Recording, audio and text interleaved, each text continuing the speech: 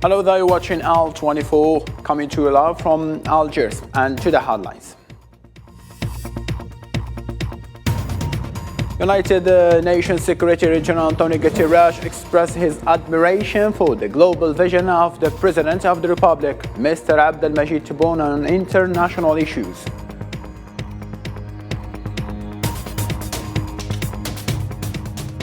Member of National Secretariat, representative of the Polisario Front on the United Nations, Mohammed Omar, held informal bilateral consultation with the personal envoy of the UN Secretary General to Western Sahara, Stefan de Mistura.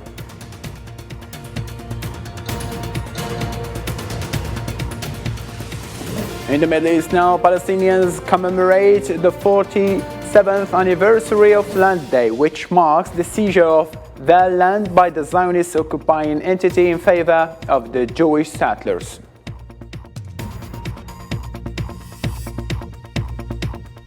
In Europe, as Moscow's troops keep moving forward in Bakhmut, taking almost full control of the city, Russia announced the detention of the US Wall Street journalist on spying charges.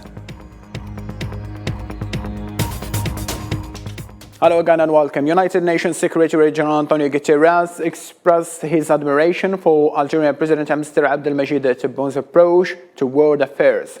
He also believes that the relationship between the UN and Algeria is exemplary. Marwa Blair.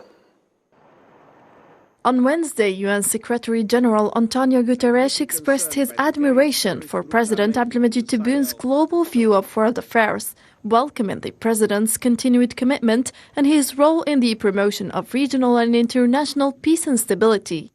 I welcome President Tebboune's permanent commitment and his role in promoting peace and stability at the regional and international levels, and Algeria's efforts and positions for an immediate, comprehensive and lasting settlement of regional and international crises. At the end of his mission as permanent representative to the United Nations, Nadir Al-Arbawi met with Guterres, with whom he discussed cooperation relations between Algeria and the UN organizations, as well regionally and internationally. I praise the distinguished relations between Algeria and the United Nations and consider them exemplary. On this occasion, the UN official praised the privileged relations between Algeria and the UN, which he described as exemplary, and conveyed his warm greetings to the President of the Republic, Abdelmajid Tebboune, as he also hailed Algeria's efforts and principled position for a rapid settlement of crises. My warm personal greetings to President Tebboune. I admire his comprehensive vision of international issues. Such knowledge has become rare. I remember the deep discussions I had with him on the sidelines of his participation in the Arab Summit that was held in Algiers on November 1st, 2022. Antonio Guterres' statement came with the Algerian president's message to the UN Security Council, in which he expressed Algeria's readiness to engage in efforts to maintain peace and security in Africa and the world, as it is a candidate for a non-permanent seat in the UN Security Council. The Minister of Foreign Affairs and National Community Abroad, Ahmed Attaf, received a phone call from his Canadian counterpart, Melanie Joly, on Thursday, during which the two parties discussed the possibilities likely to promote bilateral cooperation in several areas and strengthen political dialogue at all levels. According to a press release from the ministry, according to the same source, there was also an exchange of views on issues of common interest, including particular peace and security in Africa, the Palestinian question in a context marked by the absence of prospects for an effectiveness of a peace process, as well as the current crisis in international relations against the backdrop of the conflict in Ukraine.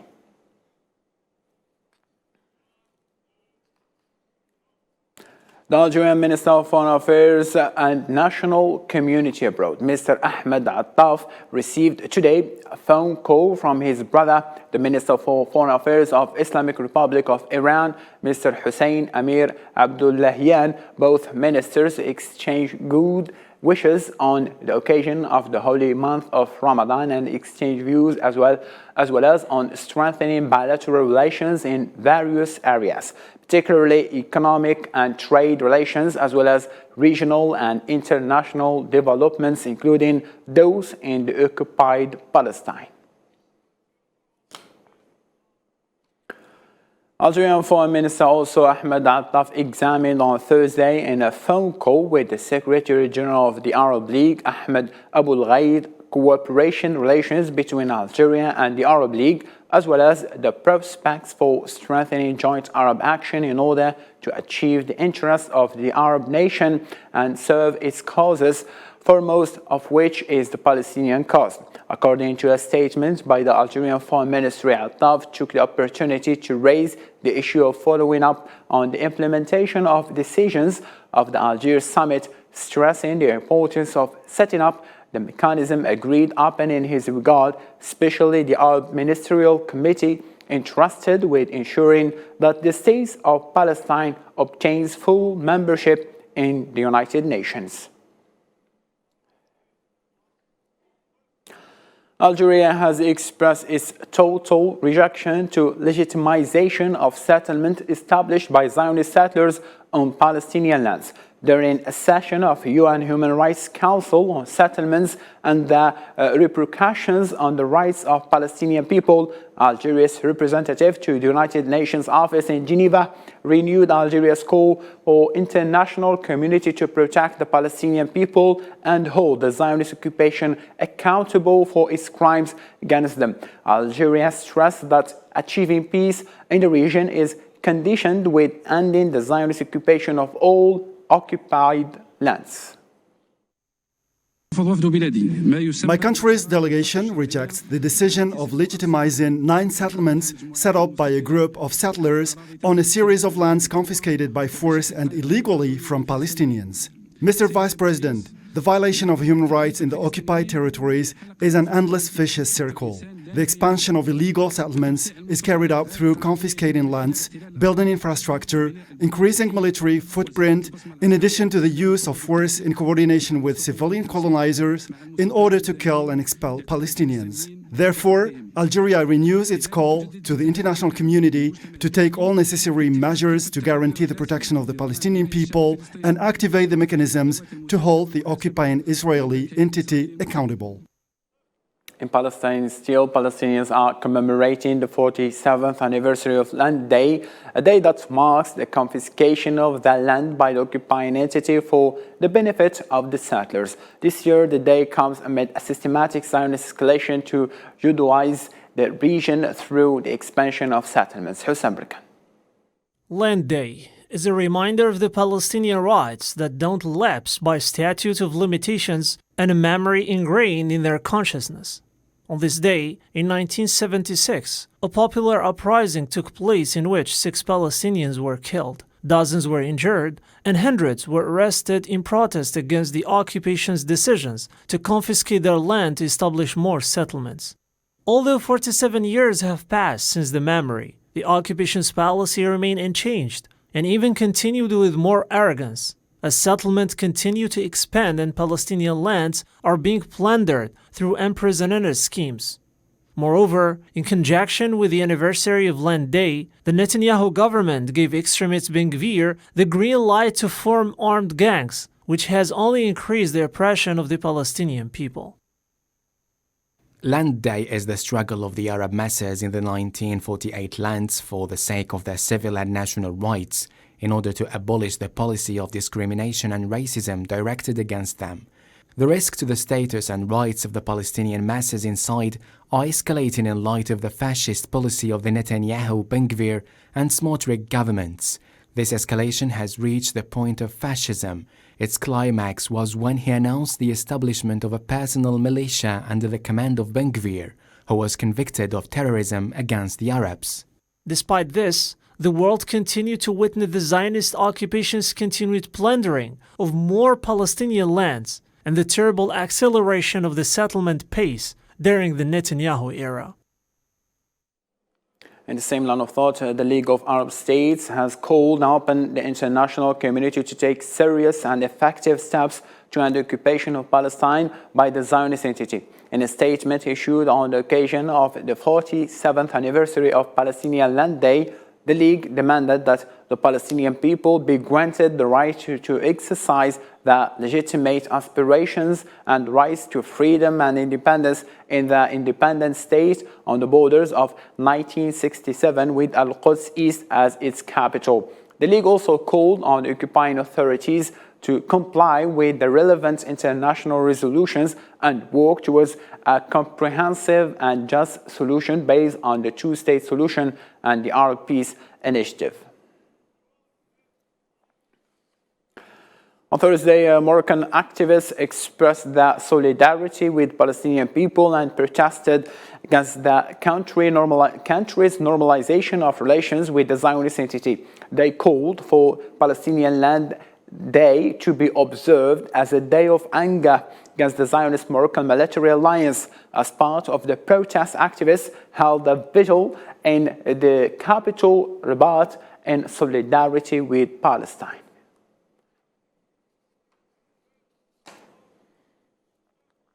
Member of the National Secretariat, representative of the Polisario Front at the United Nations and coordinator with MINURSO, Saeed Mohammed Omar, held informal bilateral consultations with the personal envoy of the UN Secretary General to Western Sahara, Staffan de Mistura, on the reality and future of the peace process sponsored by United Nations in the occupied territories. Mohammed Khatul. Sidi Mohammed Omar stressed that the solution to the Sahrawi issue will only be achieved on the basis of full respect for the right of the Sahrawi people to self-determination and independence. He indicated during an informal meeting with the personal envoy of the UN Secretary General to Western Sahara, Staffan de Mistura, held at the headquarters of the United Nations General Secretariat in New York, that there is no solution to the Sahrawi issue apart from the international approach. The peaceful, just and lasting solution of the decolonization of Western Sahara can only be achieved on the basis of full respect of the inalienable and non-negotiable rights of the Sahrawi people to self-determination and independence. A solution that was not ruled out by the spokesman of the Secretary General of the United Nations, Stéphane Dujarric, announcing a series of informal bilateral consultations that also include the two neighboring countries, namely Algeria and Mauritania, as well as members of the group of Friends of Western Sahara, before presenting his brief to the Security Council next April. I have been asked over the last few weeks for updates regarding the activities of Staffan de Mistura, the personal envoy of the Secretary General for Western Sahara. I can tell you that he has been having meetings here at UN headquarters. Mr. de Mistura has invited the representatives in New York of Morocco, the Frente Polisario, Algeria and Mauritania, as well as members of the group of Friends of Western Sahara, that is namely France, the Russian Federation, Spain and the United Kingdom and the United States, to informal bilateral consultations with him ahead of his bi-yearly briefing to the Security Council that will take place next month. The personal envoy of the Secretary General for Western Sahara expressed his hope for the possibility of reaching a just, lasting and mutually acceptable political solution that guarantees self-determination for the people of Western Sahara in accordance with relevant Security Council resolutions and human rights principles. The Libyan High Council of State announced on Wednesday the appointment of its representatives in the 6+6 Joint Committee in charge of preparing and drafting the election laws as set by the UN envoy to Libya, Abdullah Batili, when he briefed the Security Council on the Libyan situation. The committee's meeting, to be held next week in the Libyan capital, is expected to define the electoral laws before the end of this year's state. In its first meeting, the State Council representatives in the committee unanimously chose Omar Aboulifa as their chairman. The Council of State invited representatives of the House of Representatives in the 6+6 committee to meet in Tripoli next week. Also, Abdullah Batili, the head of the United Nations mission in Libya, has called on Libya's neighboring countries to help unify the country's military and security institutions during a meeting with the head of Transitional Sovereignty Council in Sudan. Batili emphasized the need for concrete efforts to evacuate foreign armed movements and fighters and called on all Libya's neighbors to make collective efforts to secure the borders and prevent them from becoming a haven for outlaw groups or terrorist organizations and illegal immigration. The United Nations Security Council held Thursday an open debate on peace and security in Africa and the impact of development policies on the implementation of silencing the guns initiative. The open debate was chaired by President of Mozambique, Felipe Nyusi, aimed at facilitating a deeper understanding of the contribution of socio-economic factors in promoting social cohesion, peace, and stability, or conversely, in triggering conflict, including the resurgence of unconstitutional changes of government in Africa and beyond.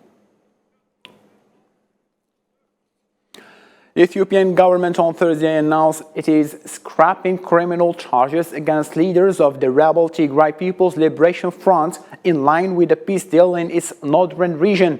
A statement by Ethiopian Justice Ministry said that it has been found necessary to withdraw the charges against civil military leaders of the Tigray Region Front who were accused of crimes and have their cases dealt with in framework of transitional justice, in accordance with the peace agreement signed last November in South Africa. In Europe now, French President Emmanuel Macron, who is facing widespread protests against the planned reform, said on Thursday that his government has an ongoing dialogue with trade unions over plans to change the pension system and raise the retirement age. Macron sought to rally his country around the plan to save water and stressed that protests will not stop reforms.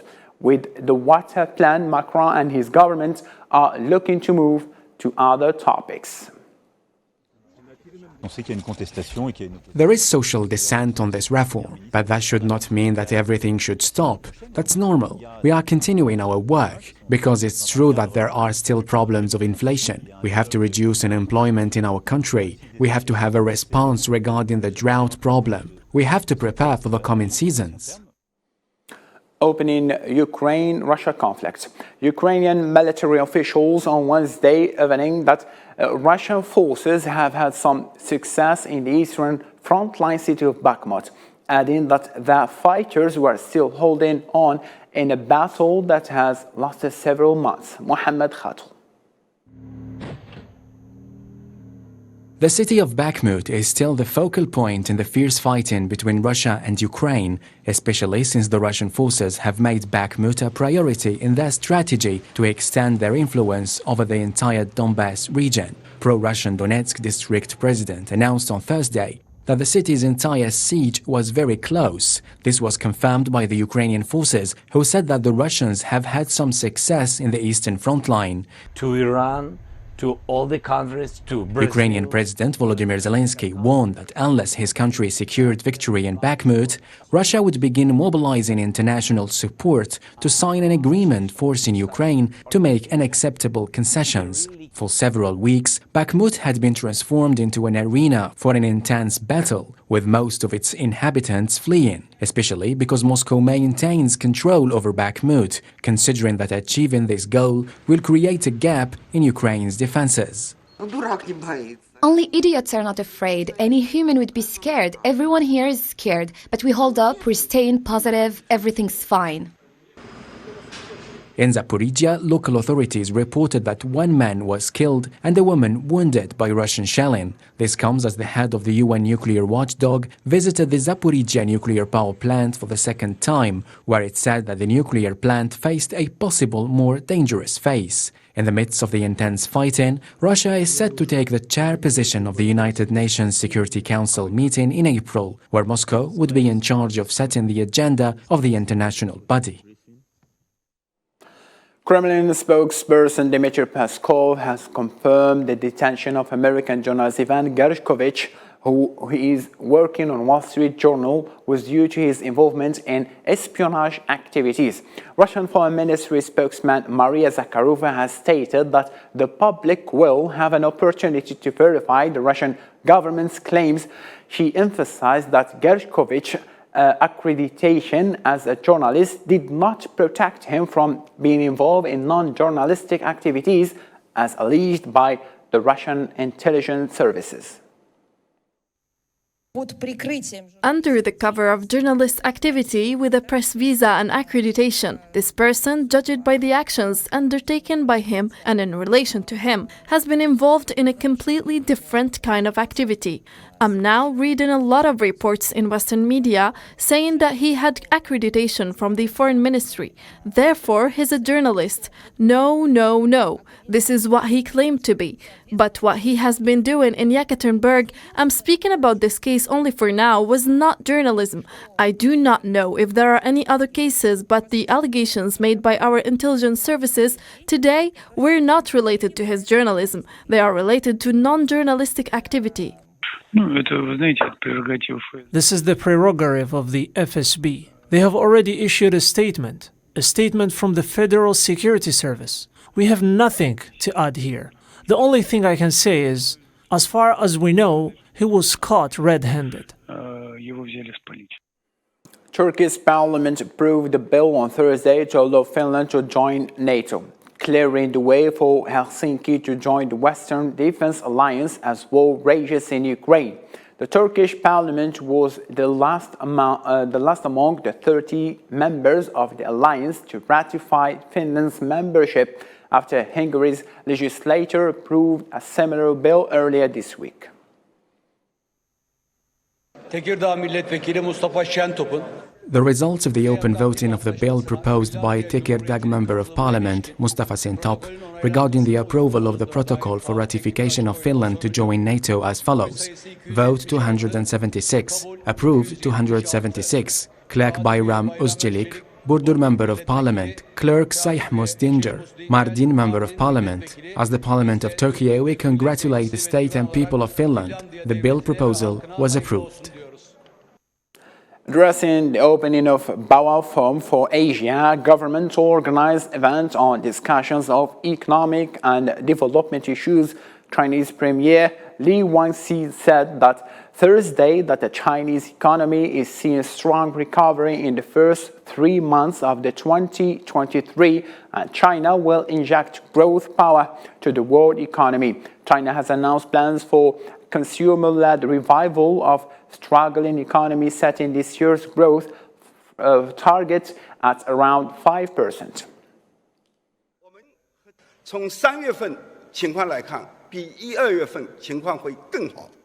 We will implement combined strategy of expanding domestic demand and deepening the structural reform of the supply side, and continue to expand the scale of China's market. We will launch a series of new measures in expanding market access, optimizing the business environment, and ensuring the implementation of projects. We will continuously optimize the institutional environment that enables state-owned enterprises to take new initiatives, private enterprises to break new ground, and foreign business to make new investments. In Latin America, the CONMEBOL Federation Office Lionel Messi's statue was put beside the late of South American legends Pelé and Diego Armando Maradona. Prior to Monday's Copa Libertadores draw, Messi attended the unveiling ceremony at CONMEBOL's headquarters in Lake, Paraguay, by leading Argentina to their first World Cup victory in 36 years in Qatar. In December, the 35-year-old reached Maradona statistics within the national football team by gaining the last World Cup held, as we have mentioned, in Qatar.